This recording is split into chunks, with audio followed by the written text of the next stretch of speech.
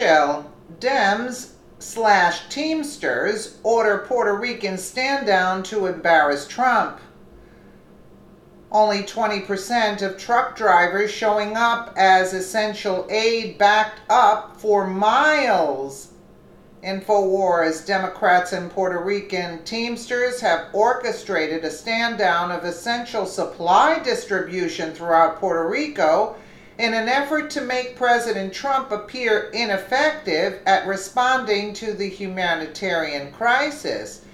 The Puerto Rico Teamsters Union, called Frente Amplio, a group of private contractors working for the federal government, are refusing to distribute key supplies throughout Puerto Rico because they're seeking revenge over policies they view as hurtful to their industry set by the Puerto Rican governor. Unreal. Huffington Post, U.S. military on Puerto Rico. The problem is distribution, and here's why. It's picture perfect. Devastation. The hurricane came through the middle of the island. 100% of the island is without power. As Puerto Rico is in trouble, to me, to hear this misinformation about the crux of the issue. But Democrats in the U.S.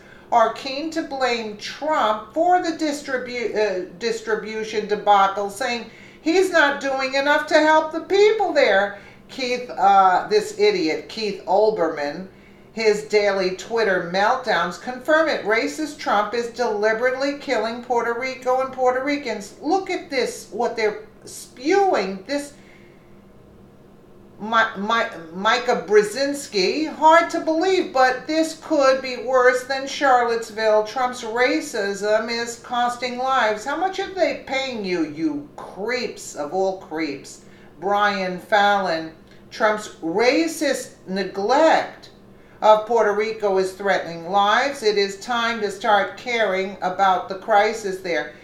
It's just not true. Senator Colonel Michael Valle, commander of the federal relief effort in Puerto Rico, as a Puerto Rican, I can tell you that the problem has nothing to do with the U.S. military, FEMA, or the DOD. The aid is getting to Puerto Rico. The problem is distribution. The federal government has sent us a lot of help moving those supplies. In particular, fuel is the issue right now. Valet says that they have the water, food, generators, medicine, and fuel, but they're not being moved across the country as quickly as needed, and there's ships full of supplies that still need to unload at the ports, which remain full. It's the lack of drivers for the transport trucks, the 18-wheelers, Valet said. Supplies we have, trucks we have. However, only 20% of the drivers show up to work.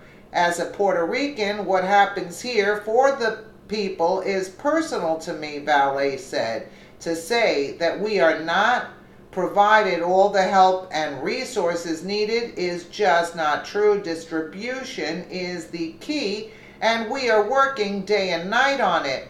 Democrats have not only seized the opportunity to blame Trump, but appear to have been preparing for it as well, evidenced by last night's polished Saturday Night Live sketches hammering Trump on Puerto Rico from beginning to end. This suggests that the stand down was orchestrated by anti-Trump forces using disgruntled Puerto Rican truck drivers as tools of obstruction to hinder Trump's efforts to deliver aid and supplies to the storm-ravaged countries. Isn't this sickening? So they're willing to leave the people suffer just so they can do this political hack job on Trump. That people desperately need. They say that they're feeding their grandchildren crackers. They have no running water. They can't get to fuel. And now look at this. There are 3,000 cargo containers here at Crowley, one of the biggest shippers in Puerto Rico. These are all refrigerated units. They're known as reefers. And each one of them operates on a generator Crowley is now using 4,000 gallons of fuel every single day to keep the operations here at its terminal up and running. But here's the problem. The truck drivers can't get to the terminal to get their containers out. Each one of these has medicine and food, construction supplies, building equipment, and all of that needs to get to Puerto Rico. At this point, though, when you're looking at truck drivers who can't be reached by their businesses by cell phone, they don't have the gas to get to work, and then even when they do get to work, their semi-trucks don't have fuel. The problem is the supply chain. Here's what the executive for Crowley told me about the problem. The people of Puerto Rico are fighting hard, but there's no way we're going to be able to do this by ourselves. We need much more support from the federal agencies right now. We also ask the distributors and the trucking company that in a way that it is possible to please come and start moving the cargo here, because we need to make room in order to receive the cargo that is on its way. I just wanted to give you an example of the grocery stores. 226 supermarkets around the island are ready to open, but they don't have diesel for their generators. At Crowley Terminal alone, there's the Supermercado Econo. It's one of the biggest supermarket chains on the island. It has 104 containers sitting here. V. Suarez, a big food distributor, has 114 containers. Walmart has 70 containers. They're all stuck. And when you're talking about lifting that Jones Act, the executives are saying, how is that going to help? It's not that we don't have the supplies. We have the fuel on the island that we need. We have the supplies. We don't have the distribution channels to get them from the terminal offsite. And oh, by the way, they're running out of room. Look around. There's no more room left to put containers here. It's all full. So the problem is, how do you get the supply chain back up and running? Diesel fuel seems to be one of the big missing links here, guys.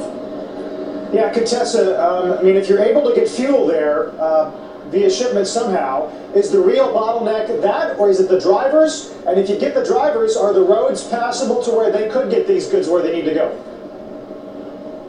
Hey, Carl, it's a great question. So first of all, here's what Crowley executives on the ground responsible for these logistics are telling me. They say the problem is not that there's no fuel. There's fuel. There's plenty of fuel recovery on the island. The problem is distribution. They've got security issues. They've got federal agents guarding the fuel distribution centers. They've got a requirement that there are 2 armed law enforcement officers accompanying every truck that goes out to deliver fuel to the gas stations. And then the issue with the drivers, right? You got to get the drivers from their homes to their place of employment. That takes gas and it takes cell phone communications.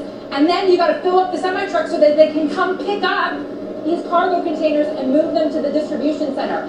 One problem that they haven't even addressed yet is then how do you get the shipping containers back to Crowley, back on these ships, back to the United States so they can be refilled with more supplies. They're not even there yet. First, they got to make more room. Contessa, can I ask a broader question about what you've seen so far, the devastation in Puerto Rico? The economic problems there have been well telegraphed. The president has been tweeting about them. 11th year of recession, $74 billion in debt. The list goes on and on. Is there a sense, because I know you have covered the recent hurricanes in Houston and in Florida, that if Puerto Rico didn't have such deep economic problems and maybe some representation in Washington, it would have been better prepared for a Category 4 hurricane? The pro-statehood folks in Puerto Rico are making that exact same point, Sarah. They are saying this illustrates why we need to be considered a state and be on the same level of importance to the folks in Washington as Florida and Texas. There's a big sense of bitterness and resentment about that here on the ground. In San Juan itself, there are businesses that are operating on generator power, and they're serving food, and they've got refrigerators going and microwaves and all of that.